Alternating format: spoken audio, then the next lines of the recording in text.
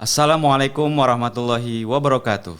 Apa kabar kawan pajak? Selamat datang di official podcast Kantor Pelayanan Pajak Pratama Kosambi.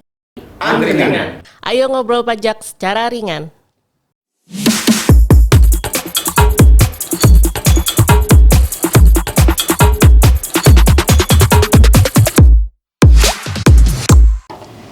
Assalamualaikum warahmatullahi wabarakatuh.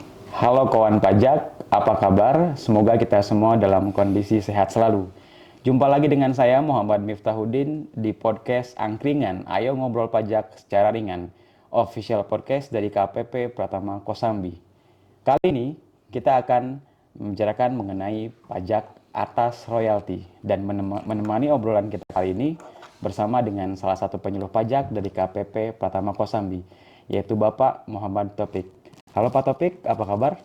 Alhamdulillah, baik Mas Miftah. Bagaimana kabarnya? Alhamdulillah, luar biasa.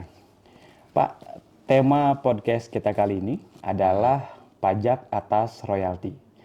Namun sebelumnya kita bahas terlebih dahulu Pak, royalti itu secara definisi, baik definisi umum maupun definisi ketentuan pajak, itu sebenarnya apa? Karena kalau kita lihat kondisi sekarang Pak, perkembangan zaman begitu pesat ya Pak, khususnya di bidang teknologi. Banyak sekali media-media yang bisa dimanfaatkan oleh generasi sekarang untuk mereka berkreasi Pak. Contohnya misalkan YouTube Pak. Banyak penyanyi-penyanyi pendatang baru yang memanfaatkan YouTube untuk mempopulerkan lagunya Pak. Mereka menulis sendiri, kemudian mereka mengupload video rekamannya di YouTube. Tentu kalau penyanyi yang sudah profesional, mereka berada di bawah naungan perusahaan rekaman, Pak ya. Nah itu bagaimana royalti dalam case seperti itu, Pak? Dia menulis lagu, kemudian mempopulerkan lagu tersebut, kan ada penghasilan royalti yang didapatkan dari perusahaan rekamannya, Pak. Iya. Nah itu contohnya misalkan ada penyanyi pendatang baru, Maharini, Pak. Maharini kan luar biasa ya. Ini coba kita pakai nama samaran. Bagaimana Pak royalti? Mungkin kita mulai dari definisinya dulu Pak. Iya. Jadi ini kebetulan banyak munculnya YouTuber, konten kreatif ya. Konten kreatif betul. Ya. Ya, ini ada hal royalti ini terkait dengan pajak, ada pembaruan Mas Miftah. Ini yang terbaru adalah diterbitkannya Peraturan Dirjen Pajak Nomor 1 Tahun 2023, yaitu Pedoman Teknis Tata Cara Pemotongan, Penyetoran, Pelaporan Pajak, Penghasilan Pasal 23 atas penghasilan royalti yang diterima atau diperoleh wajib pajak orang pribadi yang menerapkan penghitungan pajak penghasilan menggunakan norma penghitungan penghasilan itu, atau kita singkatnya, panjang banget ya judulnya ya. Iya, NPPN. Iya, norma penghitungan penghasilan itu kita nanti selanjutnya kita singkat NPPN ya. Kita coba perluas referensi kita bagaimana pengertian royalti ya. Mengenai royalti ini kalau dilihat dari secara umum ya, mengacu ke Kamus Besar Bahasa Indonesia. Ya, royalti itu didefinisikan adalah uang jasa yang dibayarkan oleh orang atas barang yang diproduksi kepada pihak yang memiliki hak paten atas barang tersebut. Ya, tapi kalau berdasarkan Undang-Undang Nomor 28 Tahun 2014, ini memang kita harus baca nih, jangan sampai keliru ya. Tentang hak cipta, royalti itu adalah imbalan atas pemanfaatan hak ekonomi suatu ciptaan atau produk hal terkait yang diterima oleh pencipta atau pemilik hak terkait. Gitu. Kalau berdasarkan Undang-Undang Nomor 36 Tahun 2008 tentang PPH, Ya, yang terakhir itu udah Perbarui ya, Pak. diperbarui dengan Undang-Undang HPP ya.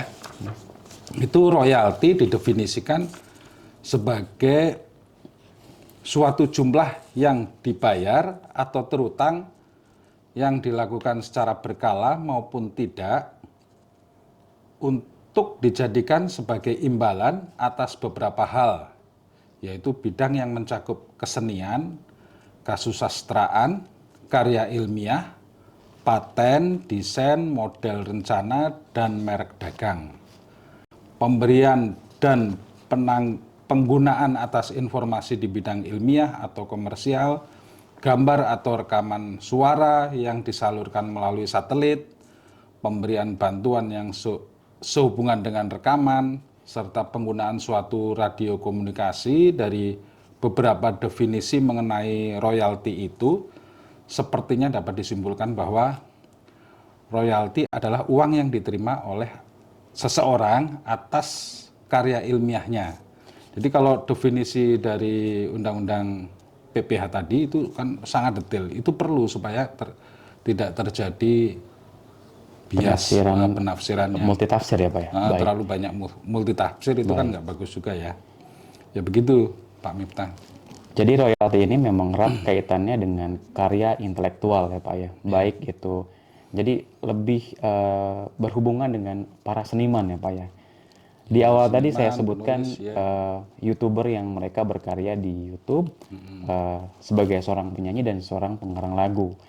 Mungkin kita kerucutkan Pak ya, pengarang lagu. Misalkan tadi ada Mahari nih sebagai pengarang lagu. Kemudian dia juga berada di bawah naungan katakanlah PT Sani Musik ya Pak. Jadi ada perusahaan rekaman dan juga ada penyanyi atau pengarang lagunya.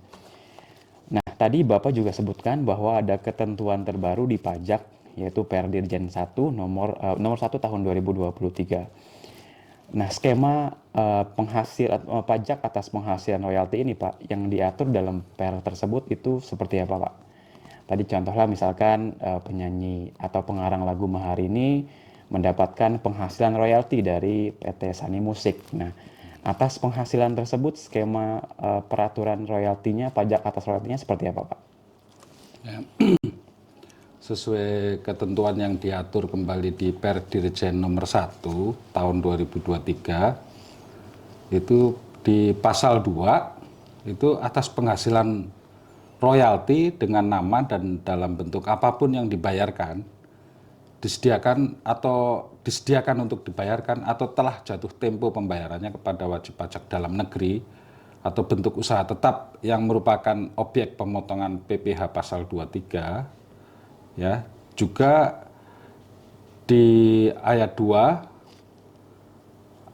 ya dari pasal 2 itu menjelaskan bahwa tarif pemotongan PPh pasal 23 atas penghasilan royalti sebagaimana dimaksud adalah sebesar 15% dari jumlah bruto.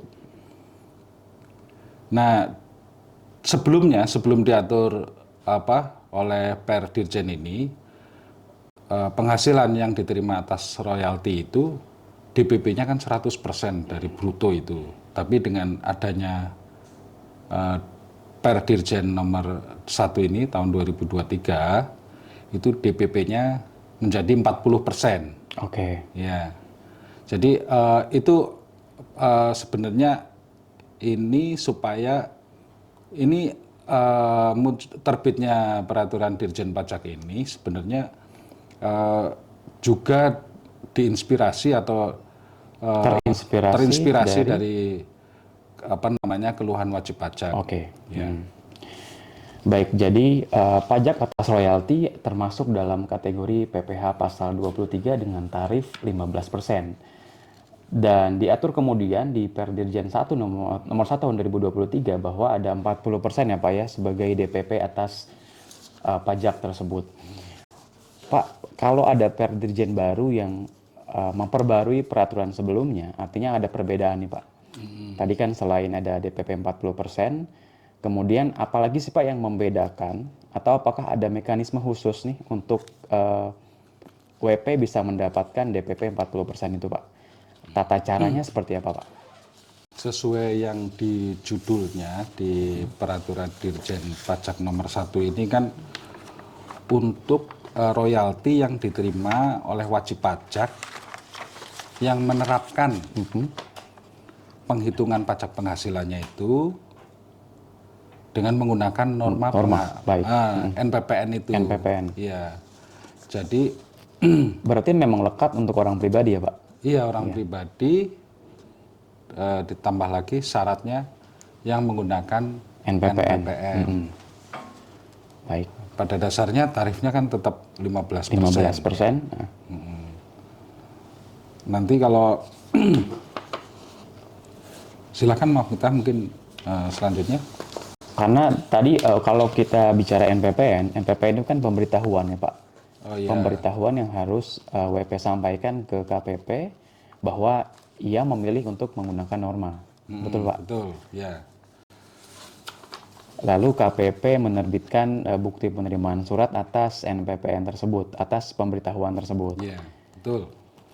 Kemudian penyampaian ke perusahaan rekamannya Pak supaya dia tidak memotong tarif dengan 15% dikalikan full penghasilan supaya dapat 40% itu apa yang harus dilakukan oleh si Mahari ini tadi? Jadi, mungkin saya agak ini dulu ya. Jadi NPPN itu itu apa sih sebenarnya norma penghitungan penghasilan itu kan? Itu salah kebijakan di dalam Undang-Undang Pajak Penghasilan di pasal 14 ya. Itu supaya wajib pajak yang omsetnya di bawah 4,8 diberi kemudahan tidak membuat suatu pembukuan, jadi tapi melakukan pencatatan tentunya kan. Nah itu apa namanya, di situ ada tarif untuk menentukan penghasilan netonya berdasarkan benchmark, itu disempurnakan, diperbaikin terus-menerus. Baik, gitu kan. jadi norma itu adalah berupa persentase ya Pak? Iya, tapi dasar. Tapi hal ini nampaknya sih wajib pajak udah banyak yang tahu ya norma penghitungan penghasilan itu. Persyaratannya yang harus dipenuhi tadi ya untuk bisa menggunakan NPPN apa sih? Kan pertama wajib pajak orang pribadi. Terus memiliki kegiatan usaha atau pekerjaan bebas, tapi dengan syarat omsetnya atau peredaran usahanya tidak lebih dari 4,8. Baik, jadi batasannya masih sama yaitu di bawah 4,8 miliar ya Pak? Iya. Terus ketiga syaratnya ya yang menggunakan NPPN itu harus menyelenggarakan pencatatan minimal itu kan. Baik. Terus salah satunya juga disyaratkan jenis penghasilannya itu ya tidak dikenai PPh bersifat final. Oh, kayak PPh untuk UMKM yang 0,5% ya Pak ya? Ya, terkait dengan Dirjen nomor 1 itu ditambah satu syarat lagi. Juga menyampaikan pemberitahuan untuk menggunakan NPPN tersebut. Yang batas waktunya itu 3 bulan. 3 bulan di awal tahun di itu awal sampai tahun, Maret ya. sampai dengan Maret berarti ya Pak. Sesuai masa periode penyampaian SPT orang pribadi. Baik. Kemudian Pak melanjutkan pertanyaan yang tadi ya, setelah WPOP atau dalam hal ini case-nya Mahari ini tadi menyampaikan pemberitahuan penggunaan NPPN. Kemudian Mahari ini mendapatkan BPS atas pemberitahuan tersebut. Apa yang perlu dilakukan oleh Mahari lagi Pak ke perusahaan rekaman di mana dia bernaung? Oke, kalau gitu kan ini kita melihat dari sisi artis Mahari ini tadi ya. Ini nama yang bukan sebenarnya, tapi pemirsa pasti tahu lah, ya kan. Ibu Maharini ini harus sebelumnya BPS-nya udah diterima ya. Ya betul. Nah BPS tersebut disampaikan ke perusahaan rekaman. Oh dalam hal ini tadi contohnya PT Sani Musik ya Pak. PT Sani Musik diserahkan ke perusahaan tersebut ya. Nanti perusahaan Sani Musik berdasarkan BPS atas pemberitahuan penggunaan NPPN dari saudari Maharini tersebut menghitung PPh pasal 23 atas royalti yang dibayarkannya kepada saudari Maharini itu sebesar nilai brutonya dikalikan DPP-nya, dasar pengenaan pajak 40% tadi ya. Terus dikalikan 15% tarif PPh pasal 23 atas royalti. Kalau di mudahnya itu 6% kan, 40% dikalikan 15% kan 6% ya. Iya. Ya, demikian. Terus perusahaan tersebut wajib memberikan bukti potongnya. Jadi Maharini akan mendapatkan Bukti potong dari perusahaan rekaman sandi musik ya. Terus setelah itu perusahaan rekaman sandi musik tersebut melaporkan, menyetor dulu, terus melaporkan pemotongan pajak atas royalti tersebut di SPT masa unifikasi. Baik. Ya. Itu kewajiban yang ada di tangan PT Sani Musik ya Pak. Kalau Maharini hanya mendapatkan bukti potong. Dari bukti potong itu nanti dilaporkan di SPT tahunannya, tahunan saudari Maharini. Baik. Ya, ditambah dengan, kan kalau misalnya pekerja seni kalau nggak salah tarif NPPN-nya kan 50% 50%, normanya misalnya, 50%. Itu nanti jumlah yang dipotong, PPh 23 yang udah dipotong oleh perusahaan rekaman tersebut tadi, bisa dikreditkan. Baik, bisa dikreditkan ya Pak? Iya, dikreditkan. Karena sifat dari PPh pasal 23 adalah kredit pajak ya Pak? Iya, tidak final. Baik, Pak Taufik. Kalau kita coba kasih kawan pajak ilustrasi contoh Pak. Ya, misalkan tadi kita sebut angka, maha angka penerimaan royalti yang didapatkan oleh Maharini. Katakanlah 100 juta Pak. Kalau 100 juta berarti berapakah PPh pasal 23 atas royalti penghasilan Maharini tadi Pak? Ini dari sisi PT Sani. PT Sani akan motong berapa Pak? 100 juta dikalikan 40% sebagai DPP-nya itu, terus dikalikan 15%, jadinya sekitar 6 juta. 6 juta. Dari 100 juta ya. Nah itu yang wajib disetor oleh PT Sani Musik dan juga kemudian dilaporkan di SPT masa unifikasi. Tapi perlu diingat juga bahwa yang 6 juta tadi bagi Maharini bisa disampaikan sebagai kredit pajak dalam pelaporan SPT tahunan di tahun berikutnya. Iya betul. Betul. Ya. Baik kawan pajak, sudah sangat lengkap sekali penjelasan dari Pak Taufik. Kita mulai dari definisi ya Pak, definisi yang kita coba uraikan dari KBBI, kemudian berdasarkan Undang-Undang Hak Cipta ya Pak, Undang-Undang Hak Cipta dan juga Undang-Undang Pajak Penghasilan. Kita juga sudah uraikan ilustrasi ya Pak ya, dari mulai bagaimana ketentuan di Perdirjen nomor 1 tahun 2023 dan juga kita uraikan contoh kasusnya ya Pak ya. Ya kawan pajak, tidak terasa kita sudah berada di akhir obrolan, tapi jangan khawatir, nantikan obrolan kita di menu angkringan berikutnya. Untuk itu kami pamit undur diri, saya dengan Miftah. Saya Taufik. Sampai jumpa di angkringan berikutnya. Di angkringan berikutnya.